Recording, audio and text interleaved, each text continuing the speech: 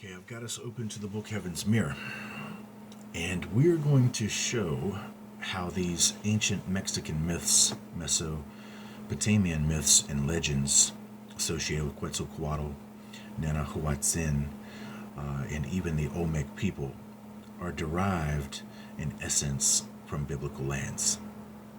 And it's going to be pretty easy to do that because we're going to use the connection with the legend of Quetzalcoatl himself, who is said to arrive from a great land to the east, over the great ocean, coming with some very particular people.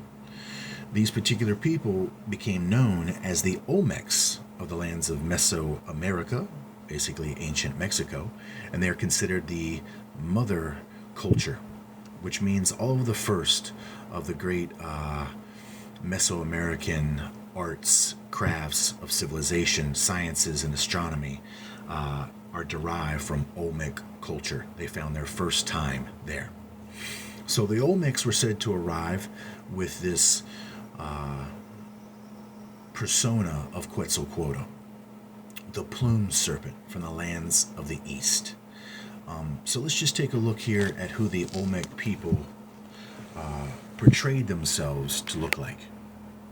And then this would be a statue, a colossal stone statue of an Olmec man. And as we can see, his features are decidedly African, in my mind, definitely African, which now gives us credence to the fulfillment of what it is describing in the legend itself, is that Quetzalcoatl and these people called the Olmecs came from the land of the Great East. Directly east of the Great Ocean, you can't miss it, the continent Africa. So, which portion of Africa would we be dealing with? Well, the easiest way to make the connection here would be with Upper Africa, which would be the lands of Egypt. And in the lands of Egypt is considered biblical lands. Many pivotal events in biblical history took place in and around the lands of ancient Egypt.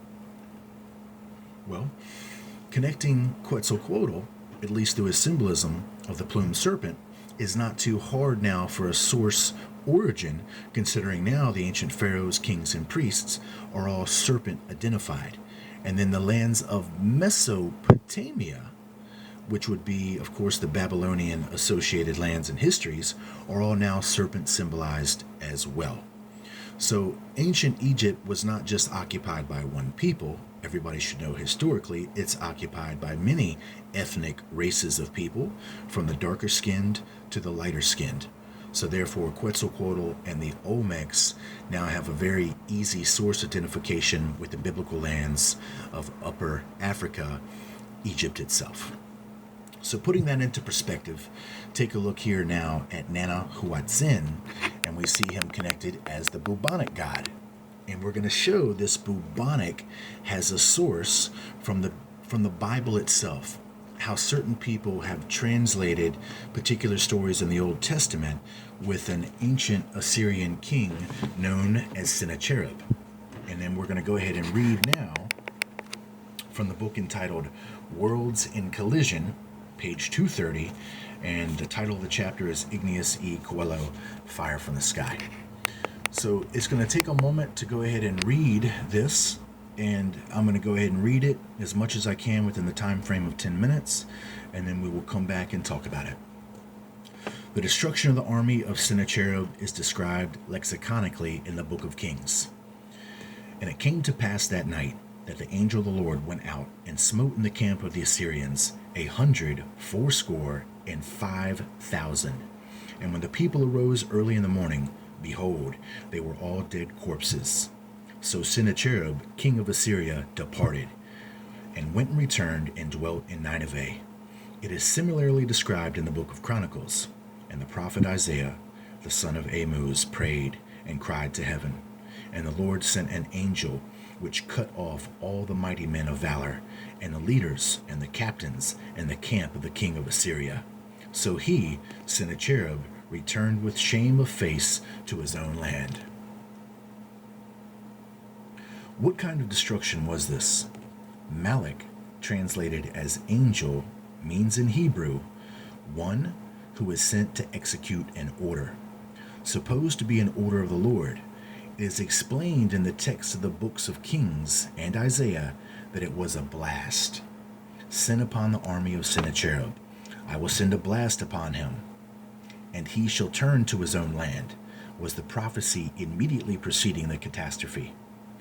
The simultaneous death of tens of thousands of warriors could not be due to a plague, as it is usually supposed, because a plague does not strike so suddenly.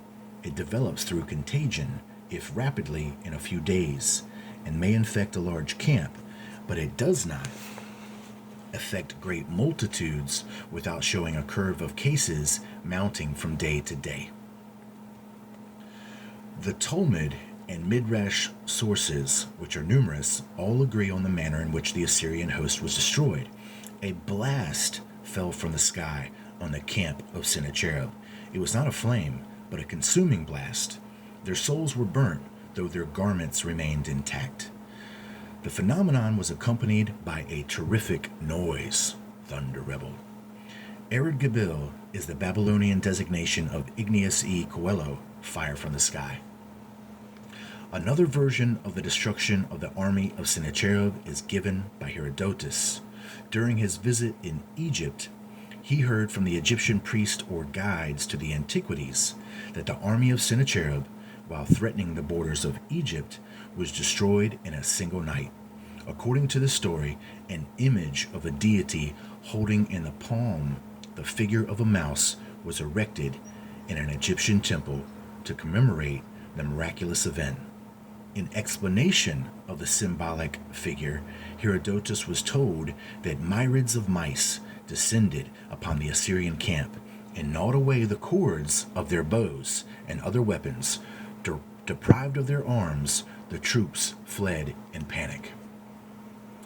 So let's go ahead and kind of talk about what we've read here thus far before we go further and get into the symbol of the bubonic, and then further connection to the symbols of thunderbolts, meteorites, and of course now a better description of this Nanahuatzin, as it is described here, saying, I come forth and go in the devouring fire on the day of the repelling of the adversaries.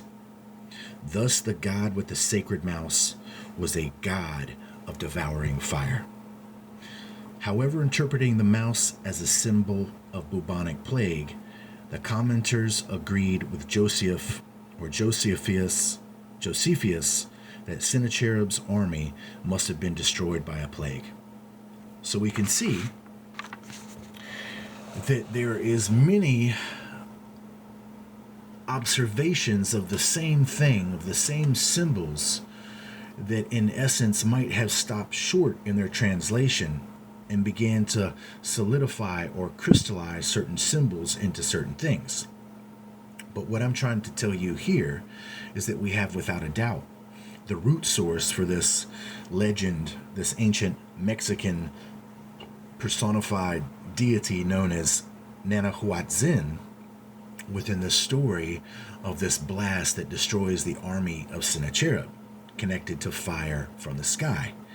And as I'm trying to show you here, we're going to get the connection to this mouse that connects us now to this plague, which has been referred to as a bubonic type of plague, that is now going to be now the connection for Nanahuatzin as the bubonic god, who now you should associate as being the Egyptian deity that was commemorated for having something to do with this event, as the symbol of a man holding the mouse in the palm of his hand, that was then symbolized more or less as a thunderbolt or a meteorite, and then now describing him as coming forth and going into the devouring fire on the day of repelling the adversaries, which means these adversaries were destroyed in connection to these very symbolisms itself.